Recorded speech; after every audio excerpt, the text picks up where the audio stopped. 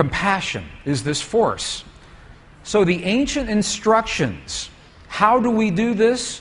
The instructions are very precise. In the Buddhist traditions, and what we're finding in Tibet, number one, they're saying that to create the healing, to create the peace, to create the miracles, first, we must feel as if the miracles have already happened without judgment, without ego. And that's hard for the Western mind. So first we must do this, to feel as if our prayers have already been answered without judgment, without ego. Okay, now, we're going to switch gears. We're going to go to a different monastery. This is a monastery in Egypt, in the mountains of Egypt. By the way, I saw Italian mountains for the first time yesterday with beautiful new snow. Did you see them? Beautiful new snow yesterday? Very beautiful, very beautiful. Thank you, Savannah. This is the mountains of Egypt. And this is interesting because when you think of Egypt, you don't think of mountains. You think of desert and ocean, sea. But this is in the mountains of Egypt. There is a very old monastery. This monastery is at the very base of Mount Sinai. Mount Sinai of Exodus, the book of Exodus. This is called St. Catherine's Monastery. Have you been to St. Catherine's Monastery? Some of you have seen it? Okay, then you know what you're going to see here. On the outside, this monastery looks very old. This is a Coptic Christian monastery. The monks are Coptic Christians. They wake up at 4 a.m. in the morning and begin their prayers. They go to sleep when the sun goes down. They have no electricity that they use. The electricity is there, but they don't use it. They burn oil for their light. They bake their bread in the sun. They pump their water from the wells every morning. It looks very primitive on the outside. Wait until you see the inside of this monastery. Would you like to see the inside? Okay, I was very surprised when we saw this. We walked, this is in the middle of the desert, nowhere in the desert. Look at the inside of this monastery.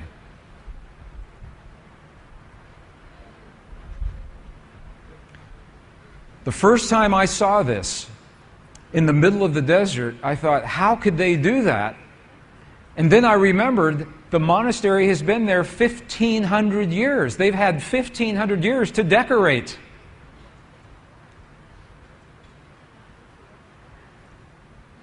So it's good. All right, it was in this monastery. I know that there is a hidden library in this monastery. Beautiful library. Part of it is open to the public, part of it is hidden. However, before you get to the monastery or to the library, you have to go past these rooms. Every monk who has ever lived in the monastery, their body remains in the monastery, so the energy of the monastery stays in one place. So for 1,500 years, every body of every monk that has died here, when the monk dies, they take the leg bones and put them in one room. They take the skulls and put that in another room. They take the rib cage and put it in another room. And they label them all so they can tell us where Brother John from 1604, where his skull is. They keep everything. They keep everything in this monastery, including the records of the ancient wisdom. So we asked the question, is there a secret library? And at first they said no, because they did not want us to see these rooms. The only way to get to the library is to walk past these rooms. We convinced them that we would like to see this library. They took us past these rooms, And we ended up in a room that looks like this.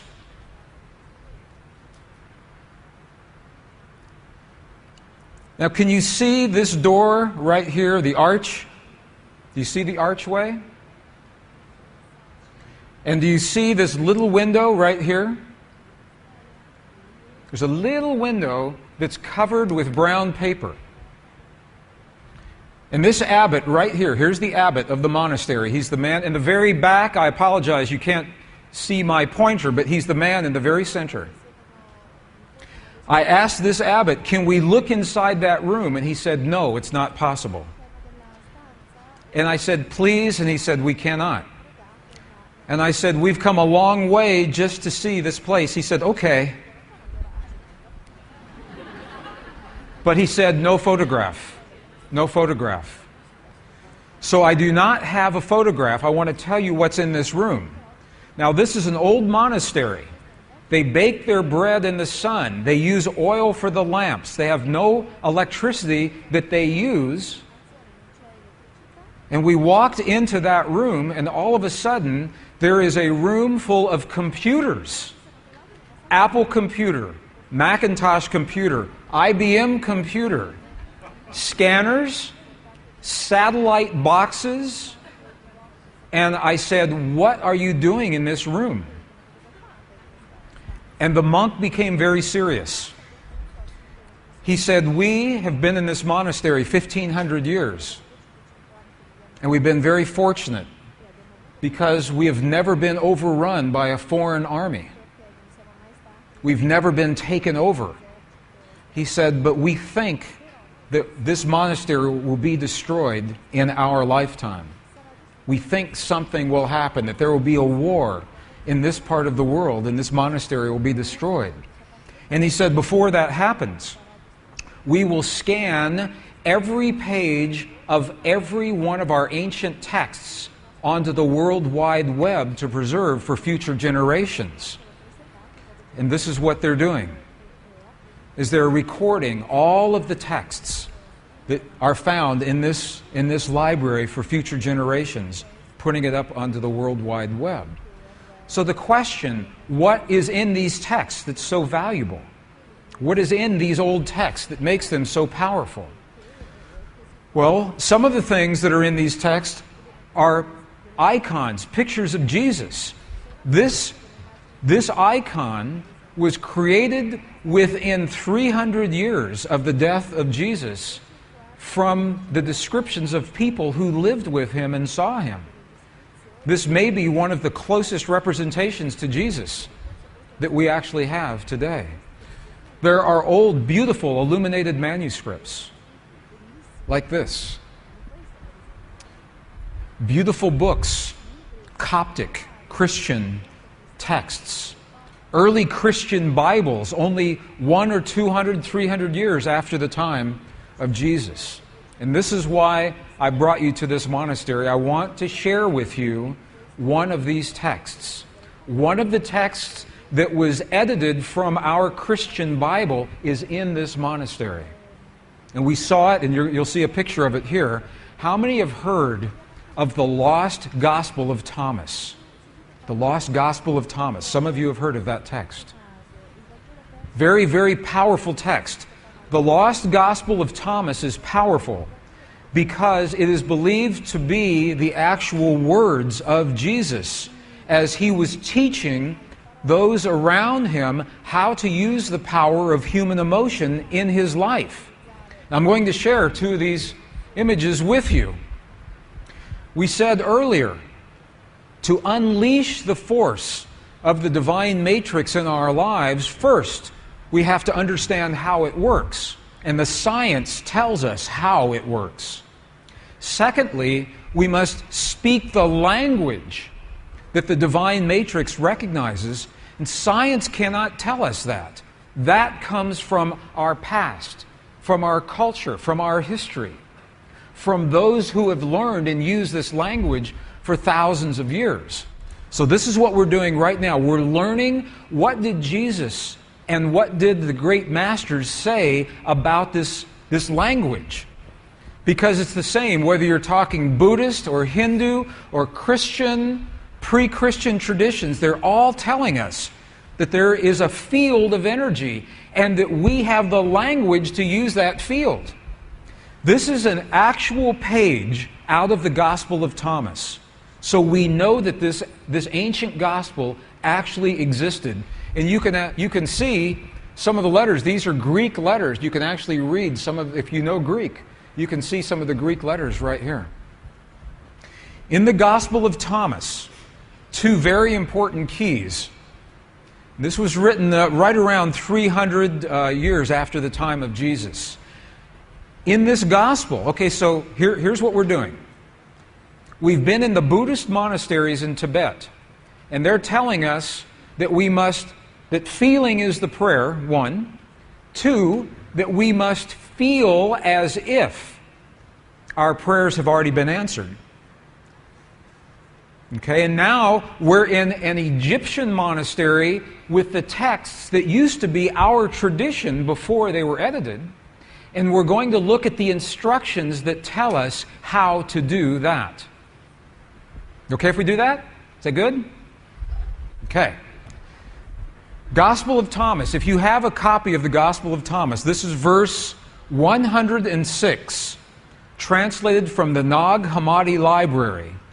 And if you do not have a copy, it's in our books, and you can go to any library and pick this up. Verse 106. Look at what the Lost Gospel of Thomas says. It says, when you make the two, thought and emotion, one. So the Gospel of Thomas is talking about thought and emotion. It's saying when you make your thought and your emotion one, look at what happens. You will say to the mountain, mountain, move away, and the mountain will move away. It's saying that when you can marry your thought and your emotion into one single potent force, that is when you have the power to speak to the world. The tumor that disappeared in the woman this morning, that is an example. When those practitioners had the thought of the woman being healed and the feeling and the emotions were all one, the mountain moved, the tumor disappeared. Okay, so this is one place. Now, secondly, when you make the two one, what are they talking about? What are the two? Let's go back to our image. The two, thought and emotion. When the two become one in our hearts, we create the feelings in our bodies. When thought and emotion become one, and you'll see how to do that in just a minute. Let's go back to the Gospel of Thomas, another verse. Now this is verse 48. It says almost the same thing. This was so important that it was recorded at least 3 different times in the same Gospel. Look at what this says. If the two make peace with each other in this one house. When Jesus is talking about the house or the temple, what is he talking about? What is he talking about? Precisely you. You are the house. You are the temple. If the two make peace with each other in this house, if thought and emotion become one, if they make peace with each other in this house, look what happens. They will say to the mountain, move away, and it will move away. He's telling us again, in a completely different verse, how powerful it is to marry thought and emotion. But they still haven't told us how. How do you do this? That's the next piece. In the early Christian Bible, your Bible today, there is a passage. How many have heard, ask and ye shall receive? Have you heard that before? Ask and you shall receive. Have you heard that? I know people that ask and ask and ask and nothing happens. Because the asking is not done with the voice. The asking is not done, please, please, bring this to my world. That's not asking. To ask, we must speak to the field, to the divine matrix, in the language that the field recognizes. And a language that's meaningful, the field doesn't recognize our voice, it recognizes the power of our heart. Remember this morning, our heart, we have a feeling, creates electrical waves, magnetic waves. That's the language the field recognizes. So when you create the feeling in your heart as if your prayer is already answered, that creates the electrical and the magnetic waves that bring that answer to you. And you're going to see this in just a moment. Ask and ye shall receive.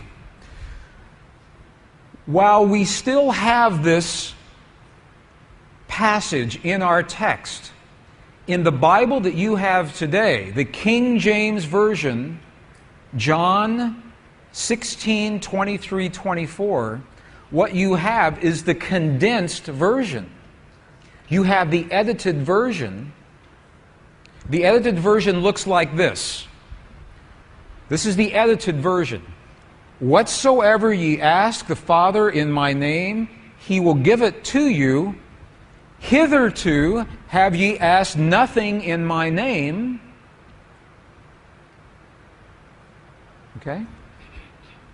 Ask and ye shall receive, that your joy may be full.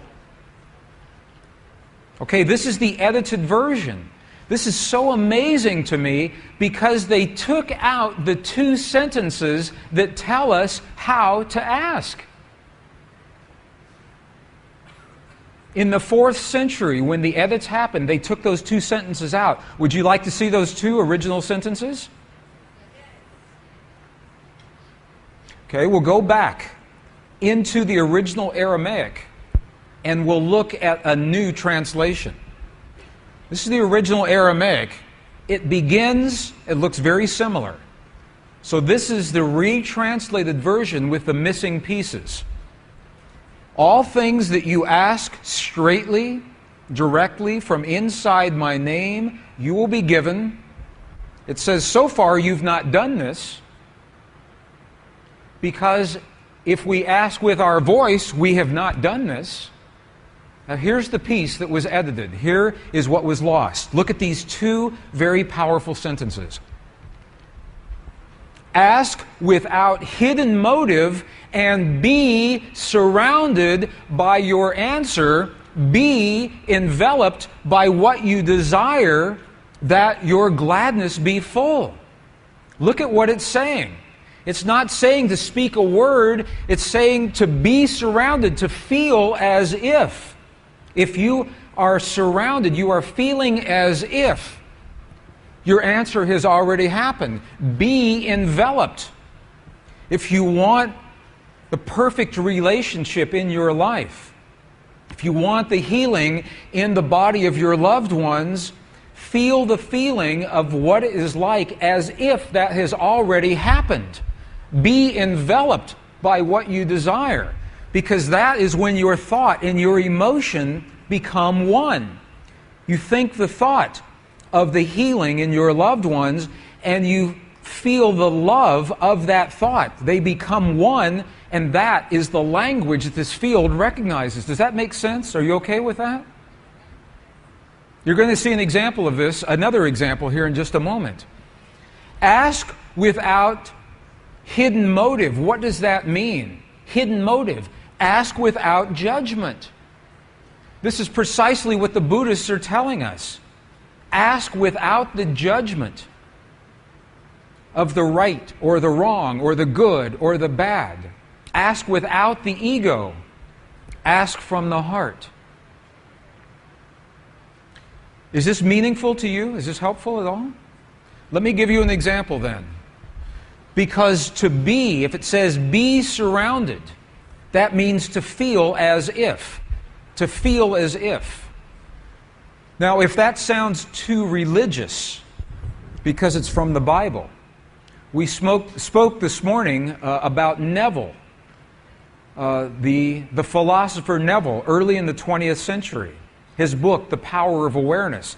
Look at what he says. It's the same thing.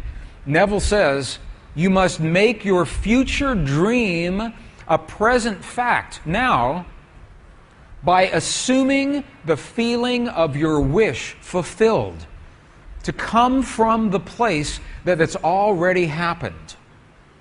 Now, this is what those practitioners did with that cancerous tumor. I want to just elaborate on this a little bit. When those practitioners healed the woman with her tumor this morning, they did not judge the cancer as wrong or bad or right or good. There was no judgment.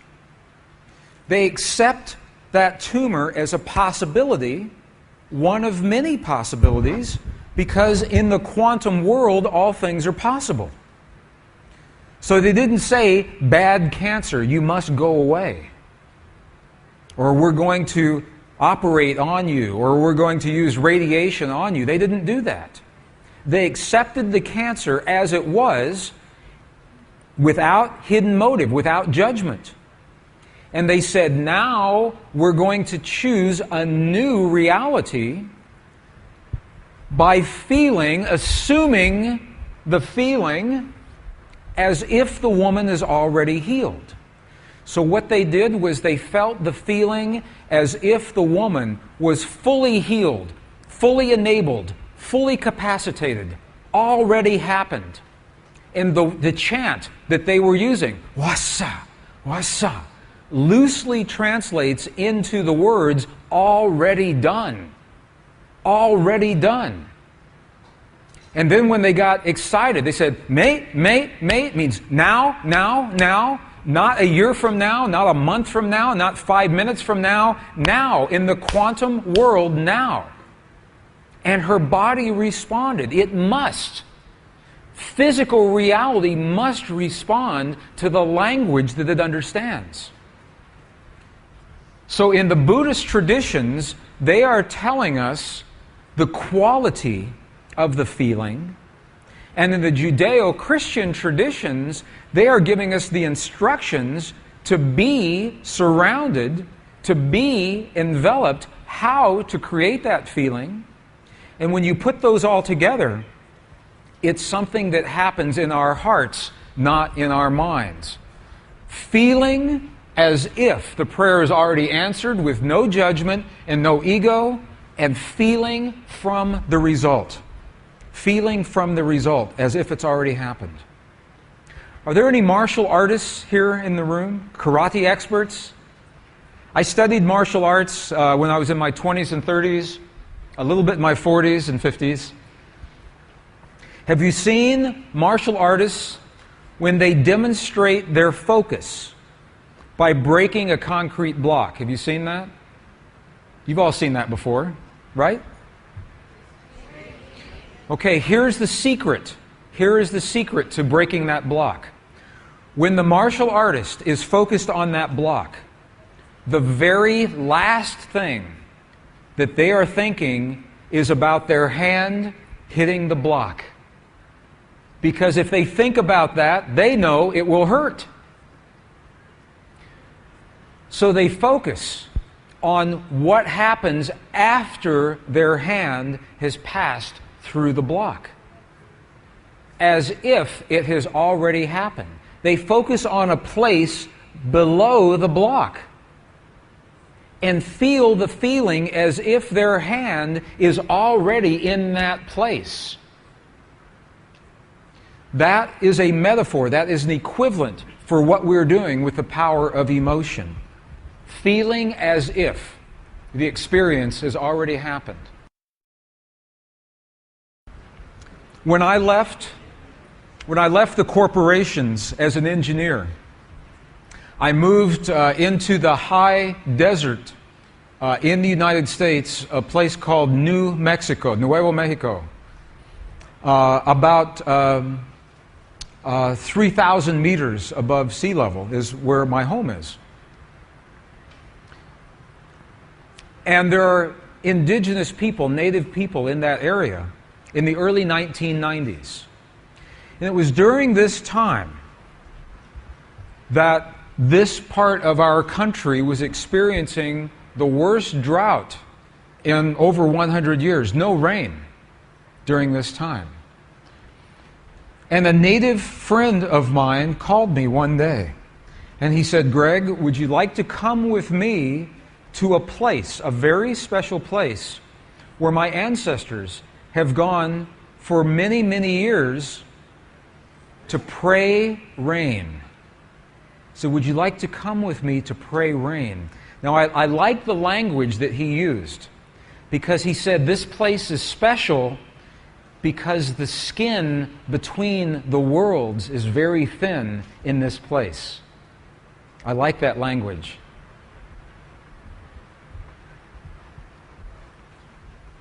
So I met my friend, and we went to this place, and it was a circle of stones, kind of like this. Not this exact place, but very similar to this place. Now, I was not prepared for what I saw, because I believed I would see some dancing, some chanting, some singing, some Native American stuff. And that's not what happened at all. My friend sat down and took off his old shoes. With his naked feet, he stepped into the stone circle. He honored his past.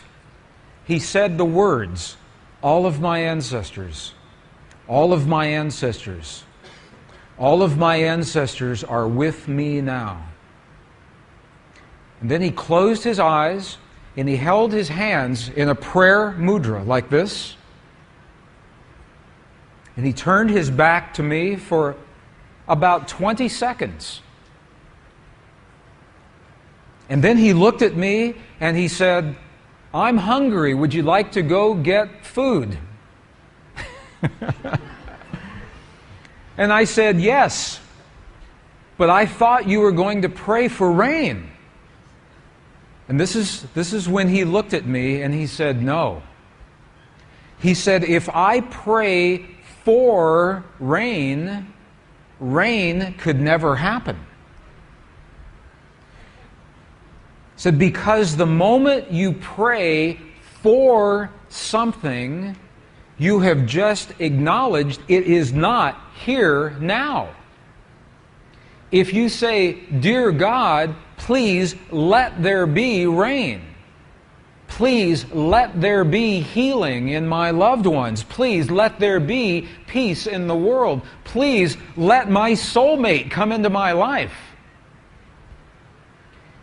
If you say that, what you're acknowledging is that it is not here now. You remember, the Devine Matrix is very literal. If you say, 'Please let,' the Devine Matrix says, 'Okay, I will let and let and let,' because there is no completion, there is no outcome. Does that make sense? So I asked my friend, his name was David. I asked my friend David, I said, "If you did not pray for rain just now, what did you do when you closed your eyes?" Such a beautiful story. He said, "When I closed my eyes, I felt the feeling as if the rain has already happened." He said, "I felt the feeling of what it feels like to feel my naked feet in the mud in my pueblo because there has been so much rain." He said, "I smelled the smell of what it smells like when the rain falls off of the earthen pueblo walls in our village." And he said, "I felt the feeling of what it feels like when I run through the fields of corn and the corn is so high because there's been so much rain." He said, "And then I gave thanks of gratitude and appreciation for the rain that has already happened." So he didn't ask for the rain. Now this is interesting. When those practitioners worked on the woman with the cancerous tumor, they did not judge the tumor as right, wrong, good, or bad. They accepted it as it was, and they said, "Now we're going to make a new reality." When my friend David prayed rain, he did not judge the drought. He said, this drought is our medicine until now, and now we will create new medicine. This is key. Feeling as if it has already happened. Well, I'll tell you the rest of the story. We had lunch that day.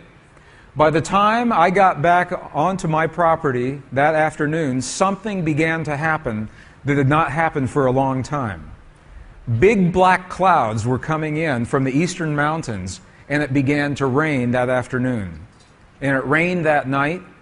It rained the next morning. It rained into the afternoon. By the evening, it had rained so much and the ground was so dry that it began to flood. The roads were flooded. The crops were flooded. The cattle were stranded. And I called my friend David on the phone and I said, this is a mess. I said, what in the world is going on? And he said, that's the part of the prayer the ancestors could never really explain.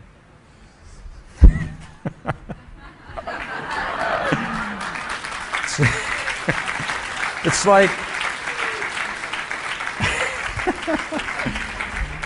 they could get the rain to begin, but they didn't know how to tell it how much to rain. Now, I cannot prove to you scientifically that David's prayer made that rain happen. I cannot prove scientifically that those practitioners made the tumor disappear. But we can say there's a high correlation, a very high correlation between when they feel the feelings and when the change happens. Okay, now there's more to this story. This is very interesting. Within the last month, I was on tour in Australia with a dear friend, Dr. Bruce Lipton. I know many of you know Bruce Lipton's work. I will meet him in Vienna tomorrow. And we are presenting in Vienna, in Zurich, in Frankfurt, in Hamburg over the next week. So if you have friends who are interested, please let them know. Can we bring the light down just a poquito? Just a little bit. It's a little washed out, isn't it? It needs just...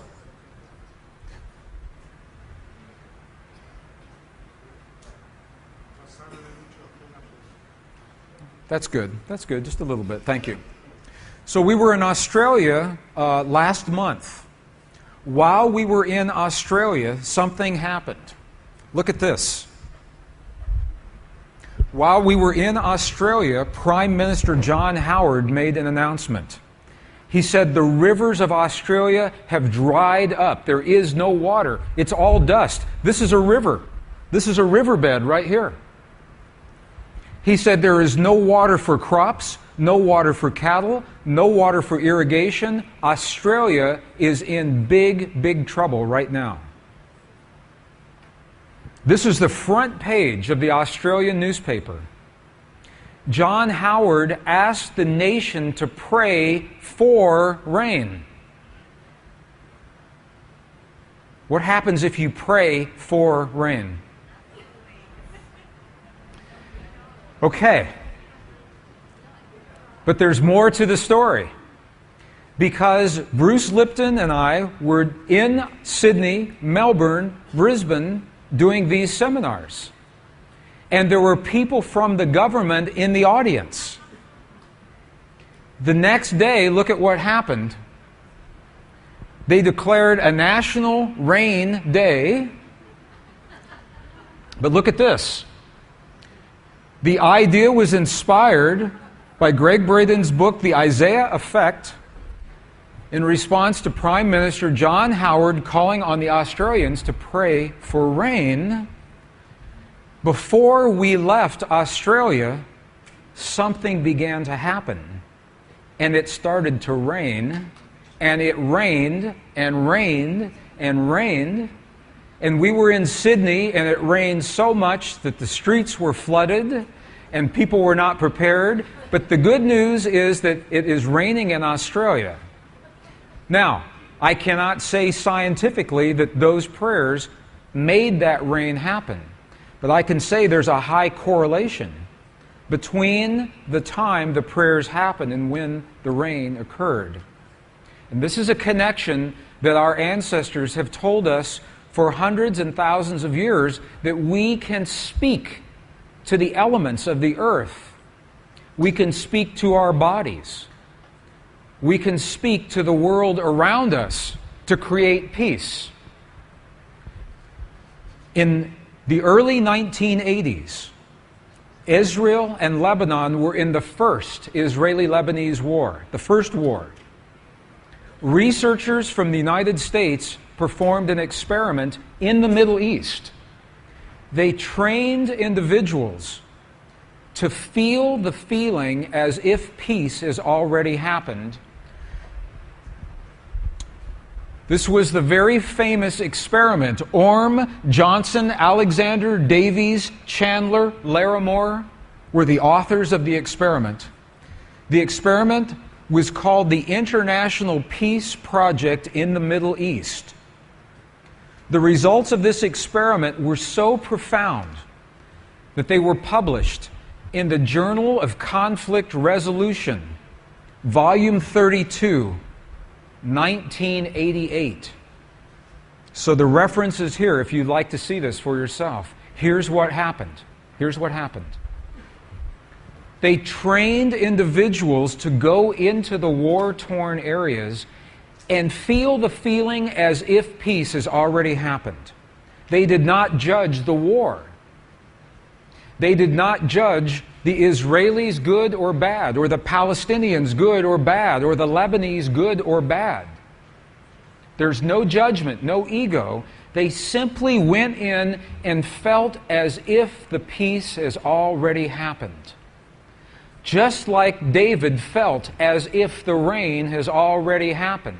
Just like the practitioners felt as if the woman is already healed. You see where we're going with this.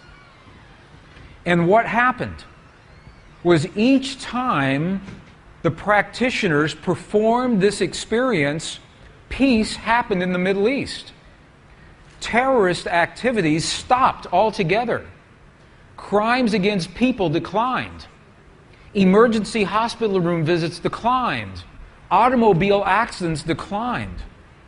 And when the people stopped their feelings, all of those statistics reversed. Everything went back to where it was. And the researchers said, well, maybe it's a coincidence. Maybe it's a holiday. Maybe it's a full moon. Maybe there are more people on the streets today than yesterday. So they did the experiment again and again and again, and every time the results were the same. In fact, they were able to determine how many people it takes to feel peace for peace to happen in that area. And here's what they found. Very small number. They said if you can get the square root of 1% of your population to feel peace, peace will happen. What does that number look like? Well, let me show you the math. These are very small numbers. The square root of 1% of the population. If you have a city of 1 million people, how many people are in Milan? Do we know? Approximately? 5 million? So, okay. Yeah, well. So, muchos personas, right? Okay, if you have a city of 1 million people, here's how the formula works. You take the number of people, total number of people, multiply by 1%, so 1 million times 0.01 gives you the number 10,000. Okay, now you take the square root of 10,000, 100 people. In a city of 1 million people, if there are 100 people that know the language of peace, they can begin that experience of peace. What does that mean for our planet? Let's look at our planet. Earth has a population a little over 6 billion people now, close to 6.5. If we do the same thing, 1% of 6 billion people is 60 million people. If you take the square root of 60 million people, the number is just under 8,000, 7,746 people. There are 1,000 people in this room. 7 rooms like this can change the world. And that's just the beginning. What happens if many, many people come together on the internet, on the World Wide Web? They coordinate and create that peace. Well, it has happened. It's been done. Princeton University organized the studies, and while the people are feeling peace, all that happens is peace. The problem is that people stop feeling peace and then walk away from the experiment and everything changes. So what I'd like to do is this. We're going to go into the last part of the program in just a few moments. Before we do that, we'll take our bathroom break. We come back, we're going to look at this a little bit more, and then we're going to have some experience in the room that helps us know what this feeling is all about. Okay, do you have an announcement you'd like to make? Okay, if we could do 15-minute bathroom break, I'll meet you back here 15 minutes. Thank you for a really, really wonderful session. Thank you.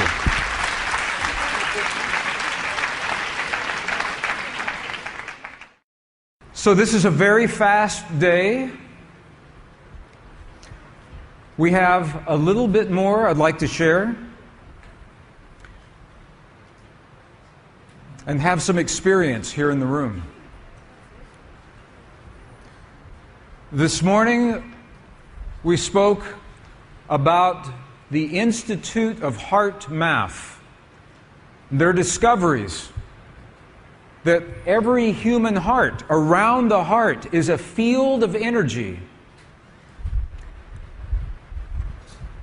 5 to 8 feet, 2 to 3 meters diameter.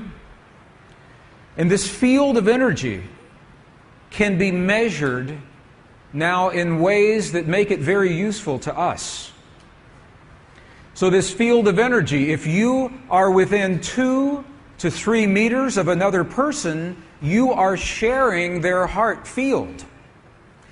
So in this room, there are approximately 1,000 people in this room, 1,000 heart fields, but we are all sharing one field in this room. Yes? Does that make sense? Okay. So, the Institute of Heart Math has designed equipment that will help us to measure this field in the room. If we can detect the heart field of one person, because we are all linked, then we are all detecting one another's field. So we have a little experiment that I'd like to do this afternoon. The purpose of this experiment, it will help us to know what kind of feeling in our heart creates the effect in our world. And this is what I'd like to do for the rest of the afternoon. So let me explain a little bit about how this works. I have some equipment on the computer here. If I can measure you, or you, or you, or me, I'm measuring the entire room because all of the fields are linked together. Okay? Is that okay?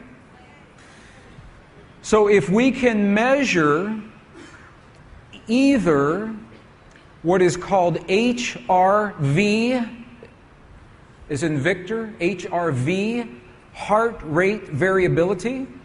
If we can measure heart rate variability, or we can measure pulse, transit time, or we can measure respiration. If we can measure any of those things, then we are able to tell what kind of signal our heart is sending to our brain. every moment of every day, your heart is having a conversation with your brain. Every moment of every day, your heart is sending signals to your brain, telling your brain what kind of energy to send to your body. So if you are experiencing stress, that is one signal your heart sends to your brain, and your brain sends stress chemistry to your body. That's not good. But if your heart is experiencing compassion, joy, love, gratitude, appreciation, it's sending a different signal to your brain, telling your brain to give life to your body. So a positive conversation is life-affirming. A negative conversation is life-denying. Every moment of every day, there is a signal from your heart to your brain. So if we can measure pulse transit time, heart rate variability, or respiration, we can tell what kind of signal is going from our heart to our brain for the whole room. We can do this. So I'd like to do that. Are you okay? Would you like to try an experiment here and see?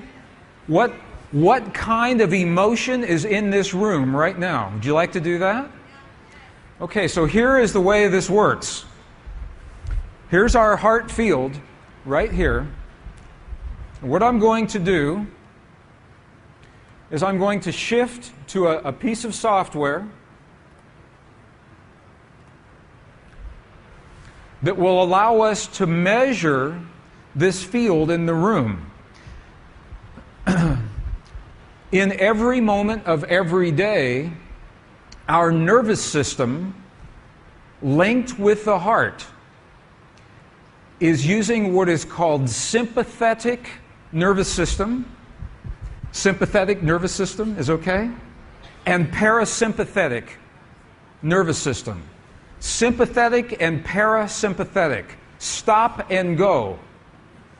For every moment, if I stand here like this, and I blink my eyes like this, my heart had to speed up and slow down so I could blink my eyes. When I'm speaking, my heart speeds up and slows down so that I can speak. When I move my arm, my heart speeds up and slows down so I can move my arm. The sympathetic and the parasympathetic nervous system are allowing this to happen. We can measure this here on this screen. So what I'd like to do is measure this for the entire room. So, to do this experiment, what I'm going to ask, now, not yet, okay, but when I ask, I'm going to ask us all to connect with one another physically, to hold hands with one another in the whole room, so that everyone is holding hands with someone else, so that we have a circuit in this room, across the aisles. Okay, does that make sense? Okay, and I'm going to need 1, 2, 3, 4, 5, 6 to stand there, so you can connect to me. Okay? So let's do this. Let's all connect in this room, okay?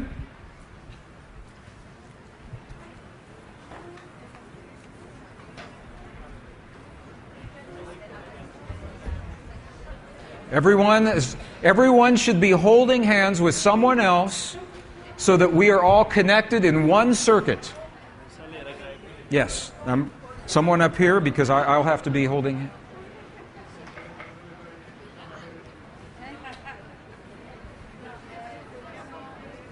Okay, this is good.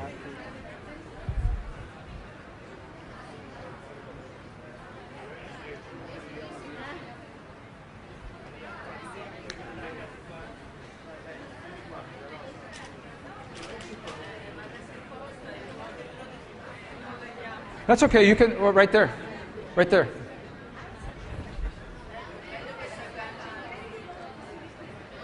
Okay, so the idea is that we are all connected in one circuit. In just a moment, we won't need the circuit.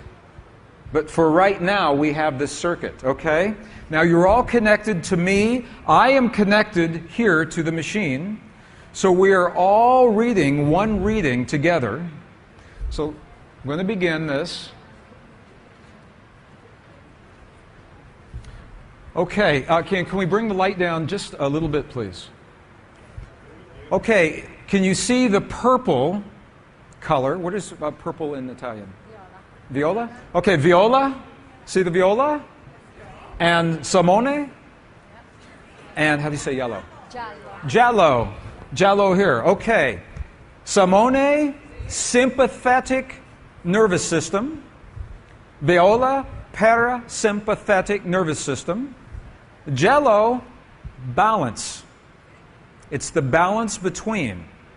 So the ideal reading that we're going to accept is a reading right in the center of the yellow. 0.01 is the reading that we're going, is the optimum reading.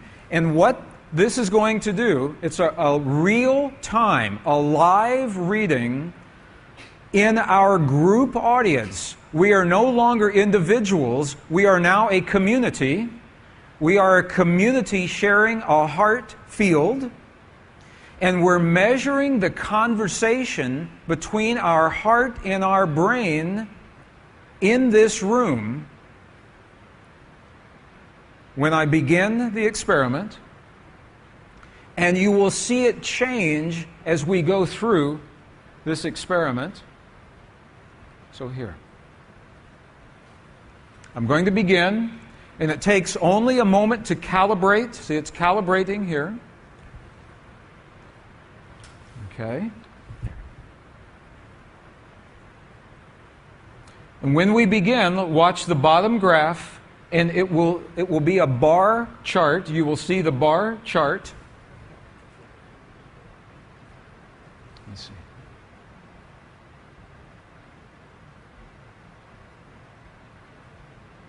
Here.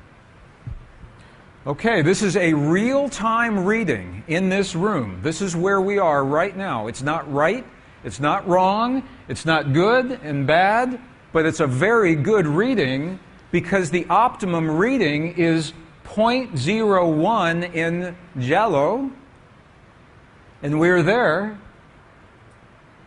And you haven't even done anything special. Now we're going to learn a technique in just a moment. We'll learn a technique in just a moment. But watch, this is a real-time reading. Okay, now, I'm going to invite you to focus your attention in the center of your chest, in your heart, not your mind. Here is how to shift your attention. With your hand, touch your heart center. Touch it on your body. And when you do that, it will draw your attention from your mind into your heart. Just touch it momentarily, just for a moment. And it will draw your attention into your heart. Okay? Okay, and now you can hold hands again. Go ahead and hold hands. And from that place that you touched, if you can begin to feel in your heart feelings of what you would call gratitude and appreciation. Gratitude and appreciation. If you can feel gratitude and appreciation in your heart, and begin to breathe gratitude and appreciation from your heart center. Not your mind, but in your heart.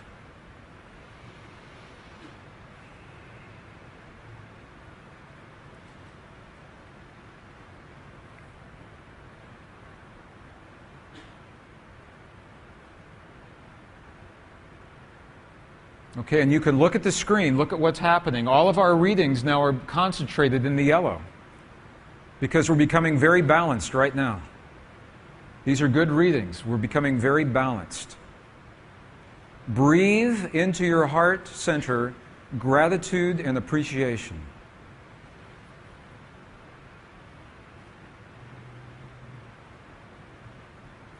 Take a deep breath in your heart. Feel the feeling of gratitude and appreciation. For anything. For your life, for your health, for your family, for this day, for our world, for your healing.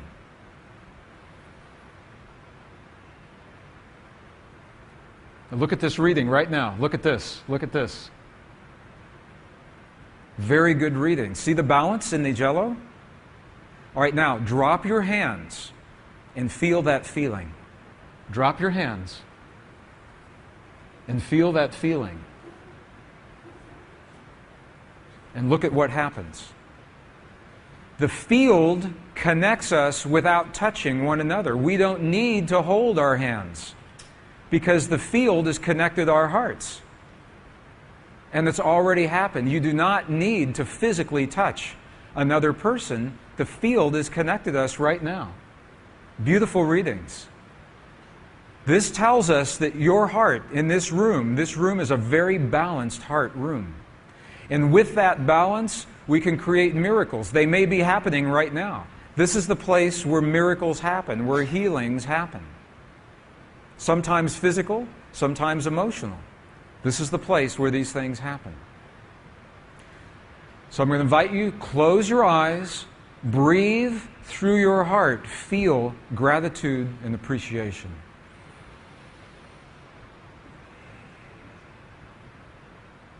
This is the feeling that the Tibetan monks and the nuns teach in the monastery. This is the feeling in our heart. It is not a process in the mind. The mind may think about the experience of appreciation and gratitude, but the heart, your heart is what feels that experience. This is a very balanced room right now. Beautiful, beautiful readings.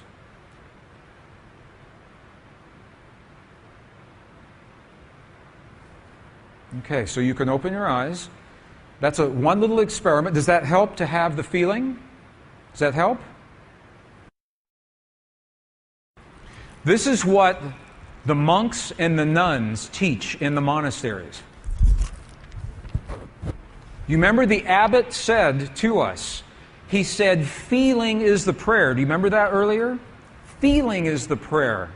The monks and the nuns, they spend 12 hours, 14 hours, 16 hours in a day in the monastery creating the experiences that give them the feeling, and the feeling is the prayer.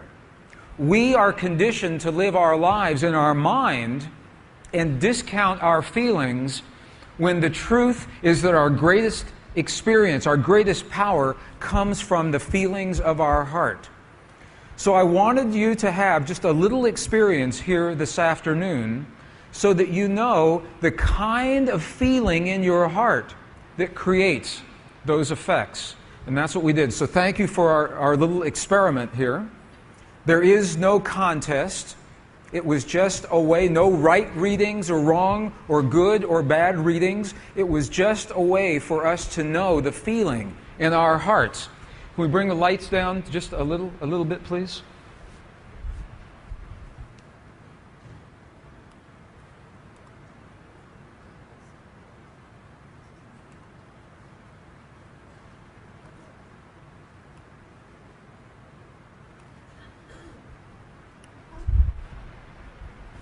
Okay.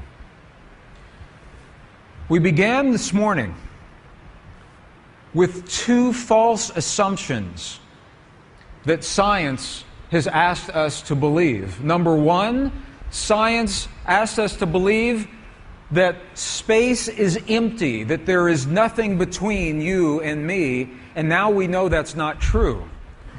They've asked us to believe that thought, feeling, emotion, belief have no effect on our bodies or our world. We know now that that is not true. These are false assumptions. our understanding of this changes everything. It changes everything about who we believe we are. I asked you this morning, who are you? A passive observer or a powerful creator? And now you have the information to answer this for yourself. You know that you are a powerful, powerful being, a powerful creator if you choose to use your power. If you choose to use your power. And it is a power based in your heart. The power of human emotion.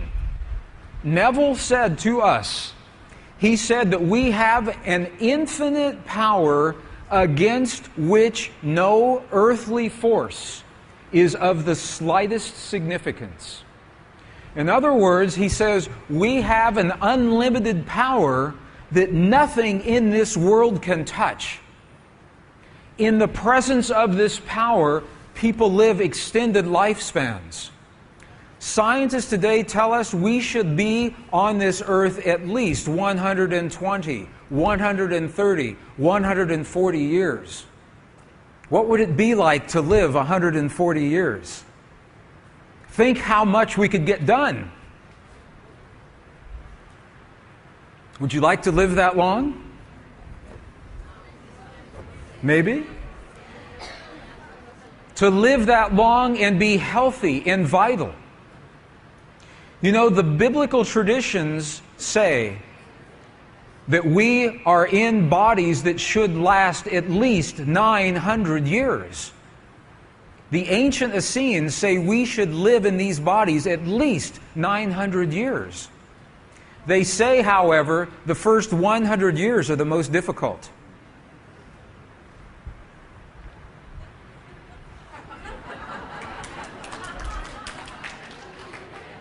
Well, let me share with you why.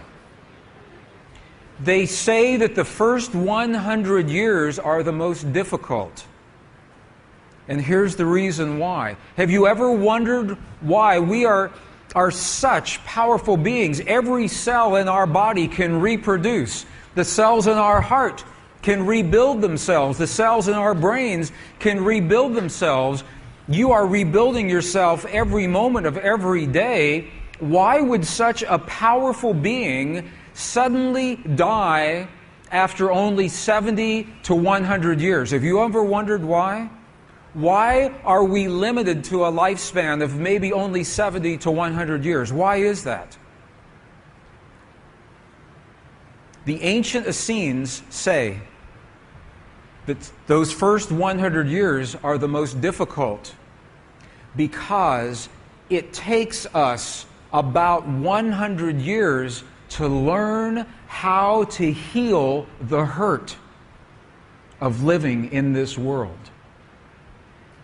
That it takes about 100 years to learn how to heal the pain of losing the things and the people and the places that we love the most. That 70 to 100 years appears to be how long your body and my body can sustain itself in the presence of unresolved hurt. The unresolved hurt of losing the people that we love and hold dear, and of seeing the world change so very, very quickly. They say that the secret to living beyond that 70 to 100 years is to find a way to reconcile, to resolve, to heal the hurt of the things that we lose in this life. And that it takes about 70 to 100 years maybe to do that. So I think that's what we're doing now. If we can love one another, and if we can love this world enough to allow one another our experience and know that we have this power within us. If we can love and allow, if we can love without the judgment and the ego and the attachment, if we can love fully and openly and completely, there's no reason for our bodies to stop working after only 70 to 100 years. And now scientists are telling us precisely the same thing. To unleash that force of long life, of the Devine Matrix in our lives, we must first understand how it works. And we took the time before lunch to do that. You now understand that this field of energy is everywhere, all of the time. That this field of energy has been here from the beginning, from the time of the Big Bang. That there is no empty space. That every place in the universe is pulsing with a living energy. You now know that. And you saw the experiments that show that the DNA of the human body is in communication with this field. The DNA speaks to the field. And you saw the experiments that show that the feelings and the beliefs in your heart create the waves, the standing waves that speak to the field. You now know these things. You don't have to suspect them. You've seen the experiments. So now we know how to speak the language that field recognizes. It's the power of human emotion. It's the power of human feeling. You felt that this morning when you saw the two baby girls. Isn't that an amazing picture? An amazing picture. I love this picture because it tells us who we really are. They are too young to have learned this from their parents. This is inherent in our being. We are beings who love, we nurture, we care. We are born to love in this world, and this shows precisely. They are only a few hours old, and they know this already. That's why I like this picture. That feeling, that is the feeling that reminds you of the power in your heart.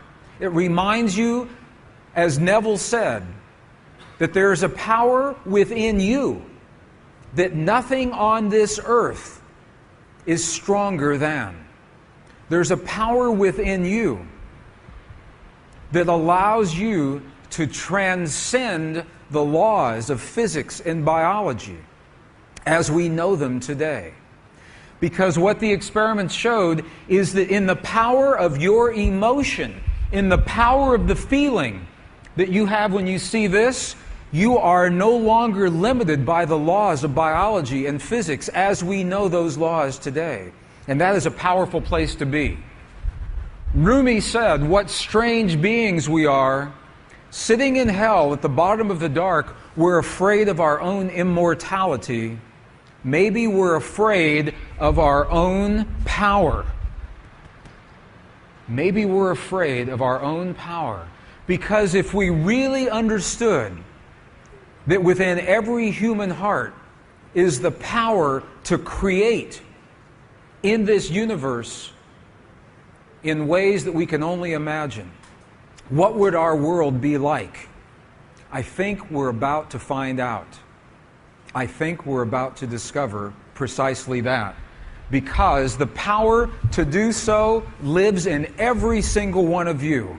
The power to create, to heal, to love, to create peace in our world, peace in your family. To have the love and the nurturing that you choose and desire. That power is already in your heart.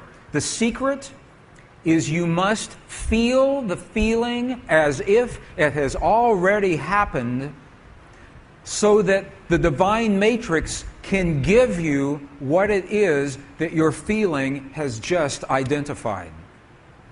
The feeling. The secret is that you must become in your lives the very things that you choose to experience in your world. You must feel it first so that the field can mirror it back. Does that make sense? Are you okay with that? Does that make sense? Okay. We're very near the end of our program for today. I'm going to ask you some questions. I want to know, first of all, has this information been meaningful to you? Does it make sense to you? Yes or no? Thank you. That's only one question.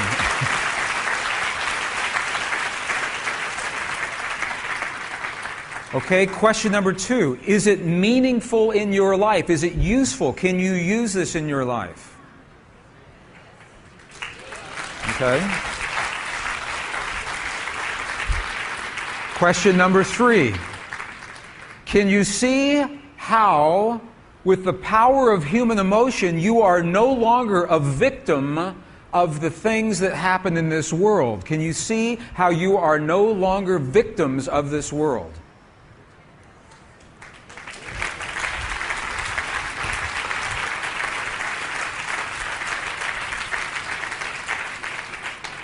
Okay, if that is true, then you and I have done our work very well together today. Bring it down, please. There's our home. It's our home. Thank you. Thank you.